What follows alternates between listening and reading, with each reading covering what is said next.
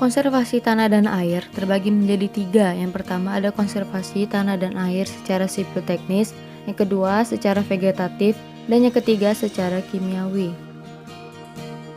Yang pertama ada konservasi tanah dan air secara sipil teknis, yaitu perlakuan visi atau pembuatan bangunan mekanis pada tanah untuk mengurangi laju aliran permukaan serta meningkatkan kemampuan penggunaan lahan.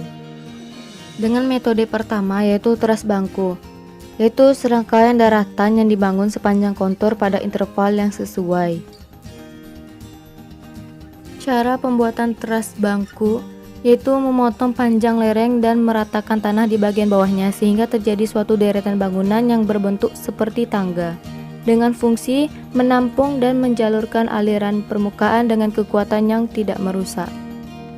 Yang kedua ada metode teras kredit, yaitu teras yang terbentuk secara bertahap karena tertahannya tanah tererosi oleh guludan. Secara alami, teras kredit akan terbentuk sendirinya setelah 3-7 tahun dengan tujuan untuk memperbesar daya tampung air dan endapan sehingga lama-kelamaan akan terbentuk teras yang lebih sempurna. Dan yang kedua ada konservasi tanah dan air secara vegetatif, yaitu penggunaan tanaman atau bagian-bagian tumbuhan atau sisa-sisa tumbuhan untuk mengurangi erosi. Yang pertama dengan metode mulsa, yaitu penggunaan bahan sisa tanaman untuk menutup permukaan tanah. Dengan fungsi sebagai yang pertama melindungi permukaan tanah dari pukulan langsung butiran hujan sehingga mengurangi terjadinya erosi percik.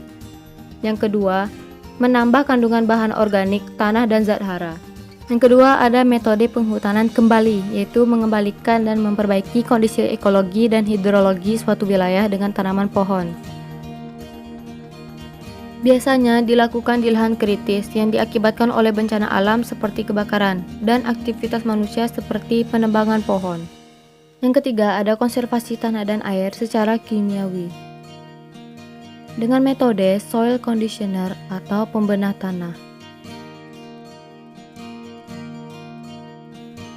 Dengan tujuan penggunaan soil conditioner yaitu untuk memperbaiki struktur tanah melalui stabilitas agregat tanah sehingga tahan terhadap erosi.